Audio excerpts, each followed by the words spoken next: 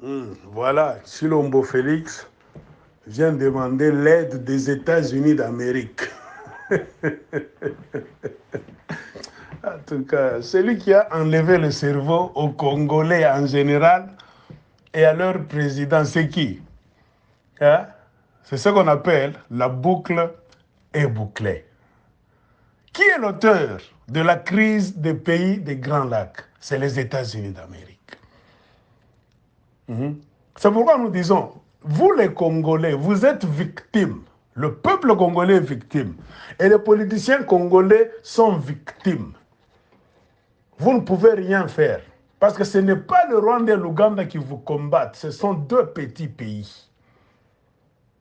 Ce sont les Américains qui vous combattent à travers le Rwanda et l'Ouganda. Le Congo fait face, non pas au Rwanda et à l'Ouganda, mais aux États-Unis avec toute sa machine militaire et des institutions telles que l'ONU, l'Union européenne, l'OTAN, tout ça. Même l'Union africaine est infiltrée, sponsorisée par l'Amérique. La MONUSCO, vous savez tout. S'il y avait des politiciens dignes de ce nom au Congo, il fallait appeler le chat par son nom. Identifiez votre ennemi d'abord. C'est ça. C'est là où on dit bah Congolais, bah Zana Maël té, bah politicien congolais. Tu ne peux jamais te lancer dans une guerre, dans une défense, sans identifier ton ennemi. Mettre ton plan sur la table. Qui est l'ennemi des Congolais? La cause de cette guerre, qui a créé ça? Est-ce que c'est l'ennemi que nous voyons devant nous, ou bien l'ennemi qui est devant nous, ce n'est qu'un épouvantail, une marionnette, dont quelqu'un est en train de tirer les ficelles derrière, dans le noir, derrière les rideaux. C'est ça. On a des militaires de carrière au Congo. Beaucoup de gens le disent. Évidemment, moi je comprends, Chilombo ne peut jamais dire la vérité. Parce que c'est le produit de ces mêmes gens qui nous font la guerre. Ils vous font la guerre, ils vous tuent, ils vous volent, ils vous amènent au Rwanda, en Ouganda pour amener en Occident. Donc, ils vous mettent dans un état là où vous êtes encerclés. Donc, ils vous ont donc renfermé quelque part. Ils vous ont ligoté. Et vous obligent à aller chercher secours chez le même bourreau. C'est pourquoi je dis, même au Congo, il n'y a pas de militaires. Si au Congo, il y avait des militaires comme des militaires guinéens, burkinabés, maliens, on allait changer les choses. On le dit tous les jours. La France a été au Mali et au Mali, ça fait 8 ans. En fin de compte, les militaires maliens ont fini par comprendre que la machine à fabrication des djihadistes, c'est la France. Mais comment un politicien congolais, un militaire congolais n'a pas encore compris jusqu'à ce jour que la machine à fabrication de la crise des pays des Grands Lacs, c'est les États-Unis d'Amérique. Et que les Américains, ce sont des êtres humains. Et à un moment donné, ils jouent avec la psychologie des Congolais. Parce que les Congolais sont parmi les peuples les moins informés. Et les politiciens congolais sont parmi les peuples les plus corrompus de la planète Terre. Sans personnalité. Si vous montrez aux Américains que vous savez l'ennemi vient d'où, vous faites un bloc au Parlement, vous faites un bloc où c'est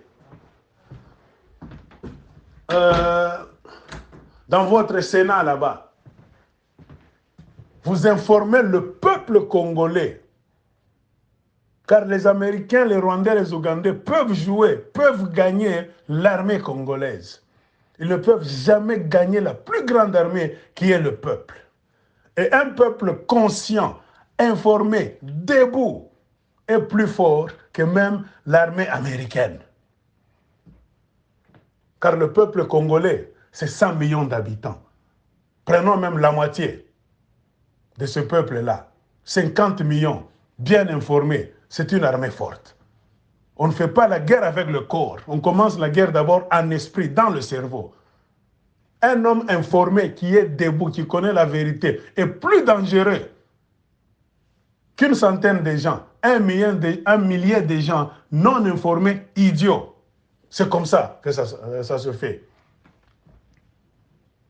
Si la France commence à reculer, à revoir ses calculs, à être honteuse, c'est parce que les militaires maliens ont compris au Mali. Pour ne donner que l'exemple du Mali. Qu'est-ce que les militaires maliens ont fait? Ils savent que la France est une puissance. Ils ont fédéré des efforts. Ils ne mâchent plus les mots. Ils disent à la France, ça, ça, ça, ça. L'ambassadeur a été chassé. Ils disent, nous voulons remplacer. Le Mali, c'est notre pays. C'est nous qui avons le dernier mot. Nous voulons changer de partenaire pour la sécurité de notre pays. Ce qui nous importe, ce n'est pas les lois que vous mettez sur la table, les règles et le vocabulaire. Non. C'est de voir notre peuple sécurisé par tous les moyens. C'est ce que les militaires maliens au pouvoir sont en train de dire. Si les politiciens congolais, les militaires congolais aussi, pouvaient adopter ce langage devant les Américains comme ça, les Américains allaient avoir peur. Et la bête noire des États-Unis aujourd'hui remarquée dans le monde, c'est la Russie, suivie de la Chine. Comprenez pourquoi les Américains ne jouent plus leur mauvais jeu. Et les Français, en République centrafricaine, ils ne jouent plus leur mauvais jeu. En Syrie, Bachar al-Assad a récupéré son pays, la majeure partie de son pays. Ils ne jouent plus leur mauvais jeu au Mali. La France est en train de plier bagages et d'ici peu, on va vous dire que la France va sortir. C'est question de temps. 2 semaines, 1 mois, les Français vont quitter tous. Les militaires français vont quitter le Mali. Pourquoi était-il au Mali? Il y a de l'or dans le nord-est du Mali. Il y a la cassitérite, il y a l'uranium dans ces déserts là-bas. Beaucoup de richesses et probablement du pétrole. Mais au Congo, nous avons la malchance d'avoir les politiciens commerçants, hommes d'affaires, tous, si pas la majorité. On a des militaires qui sont à la tête de l'armée, des corrompus, des vendus, des achetés, qui travaillent avec le Rwanda, l'Ouganda, qui ont des carrés miniers dans l'est du Congo, même au Katanga. On a parlé du colonel Amissi, à Kambove et Kakanda, le petit frère du général Amissi Tangofor. Tangofor, pourquoi est-ce qu'on ne le bouge pas? Il a des actions au Rwanda et en Ouganda. Et Chilombo est arrivé au pouvoir comment? C'est à la faveur de ces deals-là, des malfaiteurs qui ont déjà pris le Congo en otage. Chilombo, c'est le produit de Joseph Kabila. Joseph Kabila, c'est lui qui a déjà pris tout le Congo en otage en bradant toutes les mines. Et on ne peut jamais libérer le Congo sans libérer la source d'argent. C'est lui qui va libérer la source d'argent, c'est-à-dire libérer les mines de Katanga, les reprendre des mains de Kabila d'abord. Kabila va fuir. Tout combat, que ce soit économique, politique, sécuritaire, au Congo, sera perdu d'avance si le peuple congolais dans sa majorité ne reprend pas d'abord les mines que Kabila a bradées. Ce n'est pas Kabila seul qui a bradé ces mines là-bas. C'est en connivence, en complicité avec les mêmes occidentaux, les anglo-saxons. Posez-vous la question, pourquoi un seul homme est devenu trop puissant? Pourquoi un seul homme peut décider de votre destinée, vous les Congolais? C'est-à-dire, sans lui, vous ne ferez rien. Comprenez, il n'est pas seul. Il y a un tas de conglomérats derrière lui. Donc la vraie révolution, c'est récupérer nos mines. Car Kagame est devenu fort dans un pays comme le Rwanda. Et Museveni est devenu aussi fort dans un pays comme l'Ouganda. Les 2 pays pauvres, pauvrement pauvres. Pourquoi? Ils ont compris qu'au Congo, on a la classe politique la plus idiote du monde et qu'il fallait s'introduire, infiltrer vos institutions, vous infiltrer sur tous les plans, infiltrer votre armée pour avoir accès à vos mines. Et la chute du Congo a commencé véritablement quand ils ont commencé à contrôler votre armée, services de sécurité, même votre communication, vos téléphones, satellites, tout, Internet, tout, c'est au Rwanda. Avec la complicité des Américains qui ont mis leur tour là-bas, les antennes au Rwanda. Ainsi, ils sont en train de vous contrôler. Ils sont moins nombreux, mais très malins, très intelligents. Ils vous contrôlent, vous, les Congolais, un grand pays. C'est comme des moutons dans une ferme.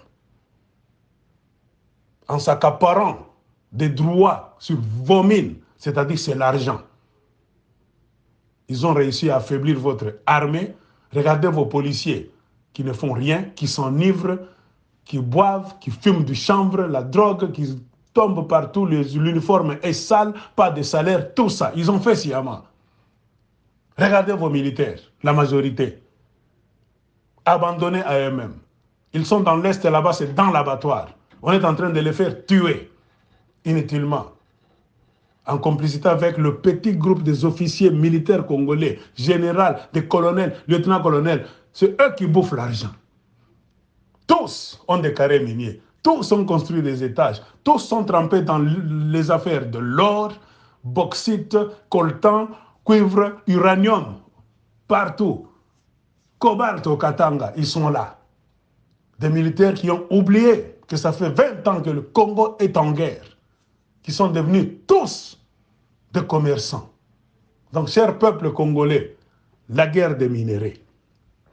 J'ai toujours dit ça. Ceux qui peuvent sauver le Congo, ce sont les enfants de l'Est du Congo, en récupérant les mines de coltan, du diamant, de l'or. Et les gens du Katanga, en récupérant les mines de cobalt, de cuivre, tout ce que vous avez au Katanga, même l'uranium. Comprenez pourquoi, quand ils ont donné la présidence de tricherie à Félix Tshilombo, ils ont mis un plan en place. Et Tshilombo aussi a amené sa milice du Kasaï, les Kamina Sapu et les Wewa, pour les répandre au Katanga. C'est pour contrôler les mines.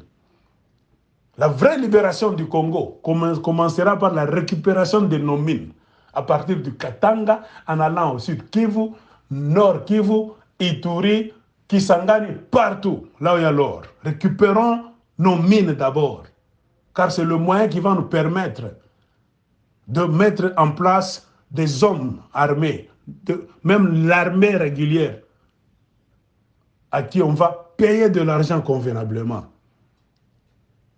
Car ceux qui ont pris le Congo dans l'étau le font sciemment. Ils ne payent pas des armes convenables à notre armée. Ils ne payent pas la solde à nos militaires et à nos policiers.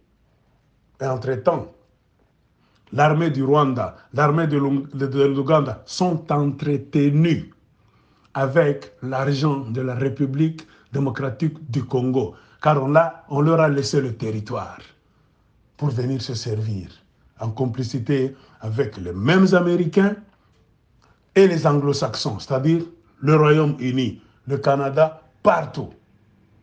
Comprenez cela, peuple congolais. Comme les militaires maliens l'ont compris, j'espère que les militaires congolais peuvent comprendre ça. Pas les militaires gradés, car tous sont des corrompus, des achetés, des commerçants qui sont là pour les affaires. Seule la révolution congolaise va changer ce pays-là. Aucune armée du monde ne peut gagner le Congo si les leaders prennent conscience. Ils mettent en place un plan pour récupérer les mines du Congo d'abord et informer le peuple, fédérer les efforts du peuple congolais. Un leadership, qu'il soit civil ou bien militaire, qui arrache les mines du Congo des mains des prédateurs d'abord, avec l'aide du peuple congolais qui est debout, armé de connaissances d'abord et de bâtons en main, nous allons changer la situation de ce Congo-là. Tout est possible à ceux qui croient, qui pensent et qui agissent. À part cela, nous n'aurons que des yeux pour pleurer. Peuple congolais, il est temps de s'élever. Il est temps, vraiment. Comprenez pourquoi vos politiciens sont en train d'imbéciliser le peuple congolais. Car ils savent que la plus grande armée, la plus forte armée au Congo, ce n'est pas l'armée des gens que vous voyez en uniforme là-bas. C'est un peuple éveillé, réveillé, informé, conscient, debout. C'est ce qui leur fait peur. Comprenez pourquoi on tue tout, même le système scolaire. On tue. Tshilombo est venu finir tout. Pourquoi il est en train de voler? Et pour faire le discours encore, pour appeler les mêmes Américains, hein, les mêmes prédateurs, qu'ils viennent chercher des solutions. C'est ce qu'Einstein avait dit. L'imbécilité, c'est de recourir aux mêmes méthodes, au pluriel, devant le même problème, pour compter, chercher une solution nouvelle, positive. C'est l'imbécilité. Il faut changer de méthode pour résoudre ce problème, le problème du Congo. Devant Dieu, nous sommes responsables, propriétaires de ce pays-là. Nous avons le droit divin. On n'a pas négocié avec les Américains, les Français, les Rwandais et les Ougandais. Si on est en train de le faire aujourd'hui, avec leurs armées qu'ils mettent en place, les M23, les ADF Nalou, c'est parce qu'on a des leaders imbéciles au Congo. Ces imbéciles qui nous gouvernent, les leaders les plus corrompus de la planète Terre.